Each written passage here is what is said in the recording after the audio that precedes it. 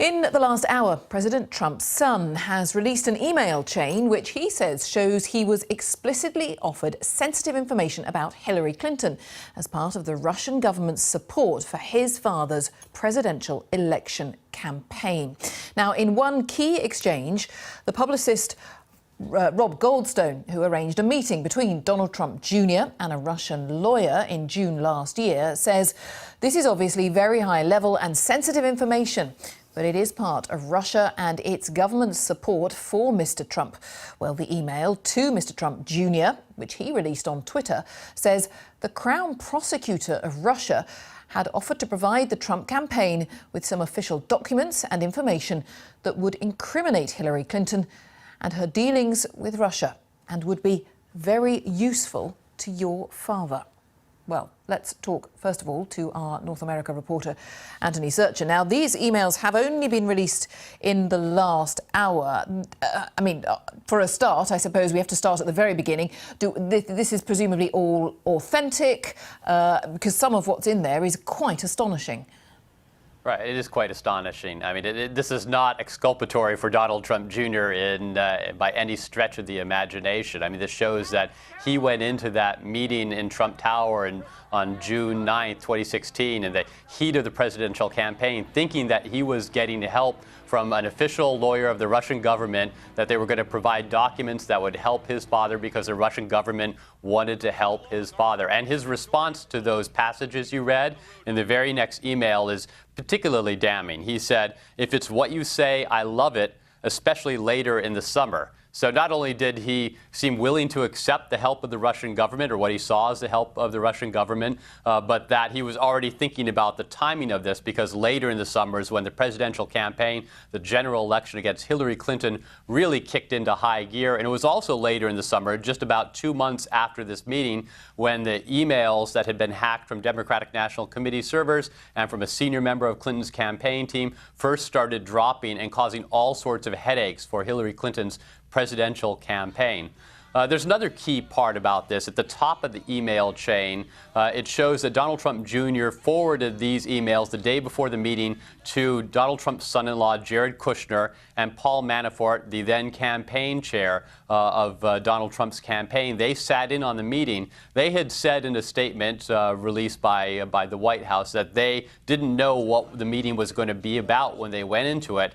But this seems to establish that at least the day before the meeting, they had emails in their inbox that detailed exactly what the meeting was going to be about. The fact that it was being set forward as a meeting with a government lawyer from Russia who was going to provide damaging information from the government of Russia itself to the Trump campaign to aid Donald Trump's presidential bid. And the whole series of emails is pretty remarkable, as you said. I mean, so many questions flow from this. Give us a sense of what the reaction has been just in the last hour or so since they've come out. And I'm curious particularly whether there are people saying, well, if this sort of language and this was said to you back last year, surely that should have been revealed at the time. Right, absolutely. I mean, you have to remember the context of this. For the past year almost, Donald Trump and members of his senior administration, from Donald Trump to Vice President Mike Pence, to Jared Kushner, to Jeff Sessions, the Attorney General, on down, have said that there was no contact between Donald Trump's campaign and the Russian government. There was certainly no collusion between the Trump campaign and senior members of the Trump campaign and the Russian government. But here you have, even if nothing came from this meeting, even if no documents exchange hands, you had Donald Trump's son and senior members of the campaign going into a meeting where they thought they were meeting with a Russian official who was going to provide aid to the campaign. I mean, that undercuts everything they've said, and it may cast some light on why it seems like Donald Trump and the officials in the administration have been very defensive about Russia questions from the beginning. Every time a question about a contact with a Russian official, whether it was Russian Ambassador Sergei Kislyak or the Russian banker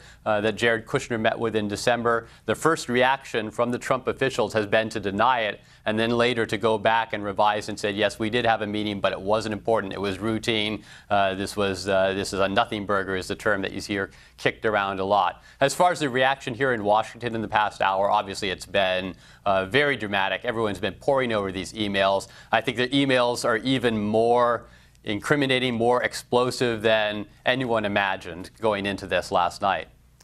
Anthony Zurcher, thanks very much for now at the White House. Let's talk as well to Christina Wilkie, who's an investigative journalist in the US, joins me from there. She's covered White House stories for many, many years as well.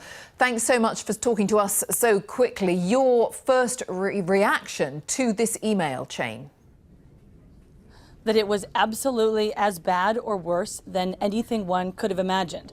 That the thing that struck me was how very black and white the offer of assistance was, how clear it was that this came from the Russian government, how the man who set up the meeting, Rob Goldstone, described how his contact had been in a meeting with Russian government officials, how it became out of that meeting that there was information that might be useful.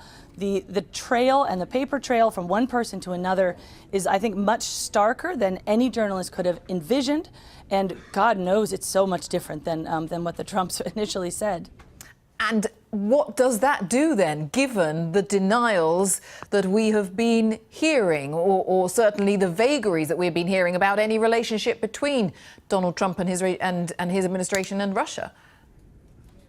I think it puts them on their heels in an entirely new way. I also think that the investigation and some of the focus will now shift to precisely what denials were made to whom. So, you can lie to the press, you can lie in an interview, but you can't lie to the FBI. And if you're in front of a congressional committee, you're also under oath. So the statements that were made about no knowledge of contacts or about no contacts that were made to the FBI by Jared Kushner specifically, and that will be made in the coming days and weeks by Trump family members and Trump campaign aides to congressional committees about precisely this, are going to have much higher stakes attached to them than conversations that the Trumps may have had in the past. And the fact that this email chain has been released, it would appear entirely voluntarily, what does that tell us about the political nous or the political awareness of the people doing that? The people who leaked it, you're asking? Yes. Yes. Well, is the feeling where you are, Christina? Let's just clarify. Is the feeling where you are that this has been put on Twitter entirely voluntarily? What's your understanding? No, absolutely not. My understanding is that the New York Times obtained these emails and was prepared to publish them, was about to, and informed Donald Trump Jr. that they would be being published. And so he basically beat them to it by a few minutes. And he claims in his statement that he's doing this for the sake of transparency. But frankly, I don't buy that. OK, and so what does it tell us about the political awareness of those who were engaged in those conversations at that time? The notion that nothing struck Donald Trump Jr. as slightly off about this communication and about taking this meeting raises very serious questions about the ethics that ran all the way through the Trump campaign, about what they were willing to do to win, about who they were willing to seek out, and what kind of associations they were willing to make. They come out of, understandably, out of a non-political background. So perhaps in business, the rules are a lot looser about who you can do business with and who you can't. And there's much less of a consideration about how that would look if it were made public in the future, which politicians are constantly aware of. The fact that nothing struck Donald Trump Jr. about this as being off speaks to his, frankly, poor judgment. Very, very interesting to talk to you. Thanks so much for your time. Good that you could talk to us so quickly. Christina Wilkie there. Thanks for speaking to us from the United States.